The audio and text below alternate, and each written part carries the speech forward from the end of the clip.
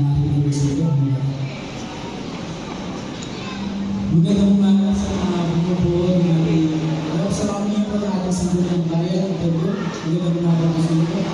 Sa ating po po yung barangay, sa aming oras, sa ating po guest teacher person, si SK Loriano, magandang umaga sa inyo.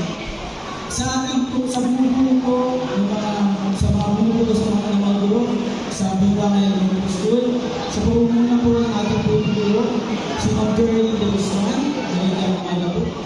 Sa ating mga ulan, nandito ngayon sa ating dito ngayon sa ating pasulubong, magandang umaga. At syempre, sa bida ngayong araw ito, sa 84 ng mga batang magsisibak tapos, magandang umaga sa inyo. 30 years ago, so matagal na, no? Mga bata, so parang na ako dito. 30 years ago, kami yung nakaupo dyan. Kami yung batch na magsisibak tapos ngayon. 1985 to 1996. So, tagal-tagal na. Excited? Ang kaya yung mga nakaramdaman nyo, excited na ba kayo mga bata? Sabihin na ba kayo na makatungtong sa first year high school? Yes, oo. Pero alam ba, gusto mo kayo masasabi na nagsipat tapos kayo ng tao na ito? Tingnan nyo yung mga magulang nyo. Sila yung mas proud. Sila yung mas excited na at least after 6 years, nandito kayo, gagraduate na ng elementary.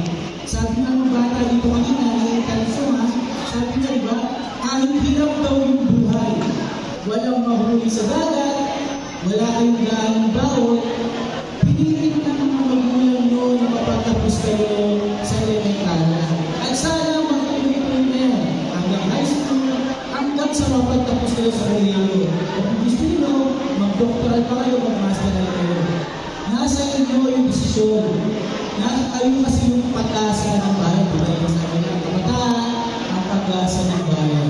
So, tignan nyo yung mga magulang ninyo, magpasalamat kayo sa kanila kasi kahit mahirap ang buhay, lalo na dumatupad kayo na mahirap ang negosyo, mahirap ang pera, pero nakatapos nila kayo. Alam ko, proud na proud sila sa inyo.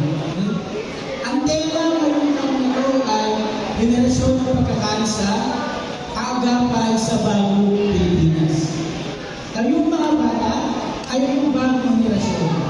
Kayo yung last batch ng Generation Z. Mga nakalagay kayo, di ba? So kayo yung last batch ng mga Gen Z. Yung sumunod sa inyo, kayo yung mga Gen Alpha. Kayo yung mga bagong kabataan na tumulo para mas lalong unlad ang aking mahal na Pilipinas. Gusto ko lang mag-share sa inyo ng tips. Nung kayo ba nag-aaral, gumagawa kayo ng moments. Halimbawa, masyadong maraming memorize. Gumagawa pa kayo ng parang coding, no? Para madaling matandaan. Halimbawa, una yung letter K, letter G. Para makabuo kayo ng words, madaling matandaan yung mga memorize. Ginagawa na kayo. O, pipiliin lang kayo sa klase mo. Pipiliin sa bibigyan ko kayo ng tips, okay? Kasi kaya ako na kayo parang bibigyan ko sa pagsusunod mo. Tip lang, o gabay, kung paano kayo dapat mag-aral. At hindi na sa pag-aaral, gabay din ito kapag kayo ay nagkaroon ng trabaho, nagkaroon ng relasyon sa buhay, relasyon sa pamilya. Kasi general naman sasabihin ko, gumamit ako ng mnemonics. Guide, para madali mo siya matandaan. Ang keyword dito ay key, K-E-Y, susi. May ibig sabihin yung letter K, letter E, at letter Y. So to start, ano ba yung letter K? Letter K. Yung letter K is, ang ibig sabihin is know yourself. Kilalanin mo ang sarili mo. Alamin ninyo kung ano yung inyong strength, ano yung inyong mga weaknesses. Paano siya makakatulong? Kapag dating nyo sa high school, alam mo na kung saan subjects kayo malakas, di ba? Meron sa inyo, magaling sa English, magaling sa math, sa Filipino, sa history. So, yun yung mga strength ninyo, kalakasan ninyo. Pero meron din kayong mga weaknesses. Hindi ba sa inyo mahina sa math, mahina sa science, mahina sa history, di ba? So itong no, kapag kilala nyo ang sarili nyo, sa pag-aaral, alam nyo na kung saan kayo tututo.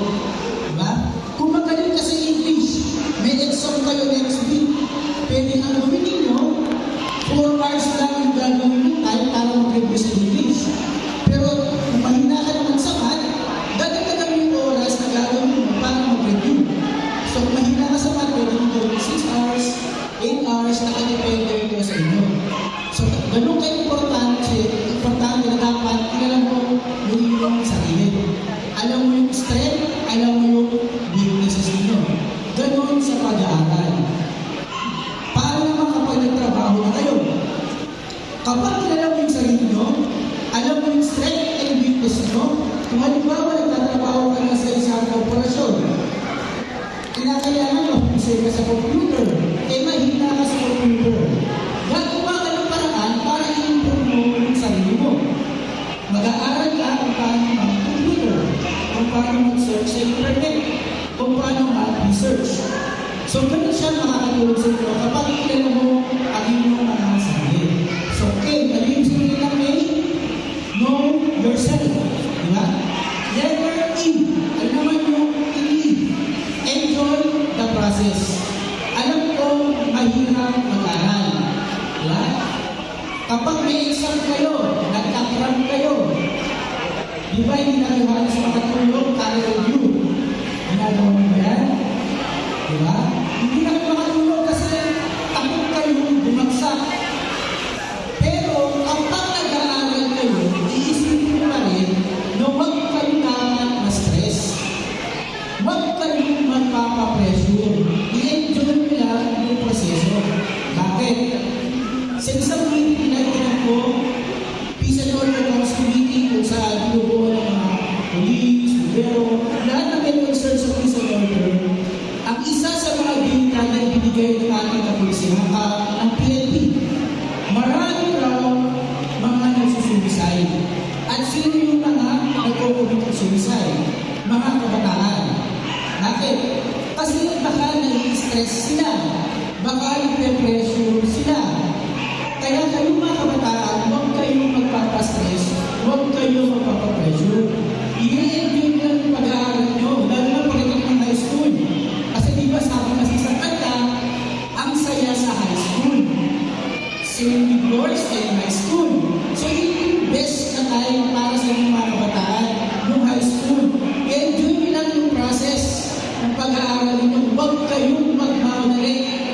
Diba? Kasi sabi nga ibigin, dahan-dahan lang, kasi ang buhay ay hindi karera. Diba? So relax lang kayo, huwag kayong magmamadali. Chill lang. Okay?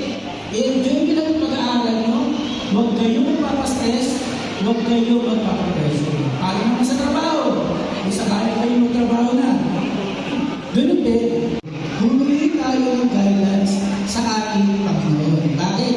Kasi baliwala ang lahat ng kalingin natin, baliwala yung lahat ng galing natin, kung hindi naman tayo humingi ng tulong sa Kanya. Maaaring magaling na tayo, magaling naman tayo, pero bumabagsak pa rin tayo sa iyong mga exam. Kasi hindi tayo humingi ng gabay. Okay? Lagi tayo magdarasal. Always find time to pray kasi importante si Lord sa buhay natin. Okay? Sinakailan na tayo. Tatlo na, di ba? So, key. K-E-Y. Know yourself, enjoy the process, and you must always pray. Lagi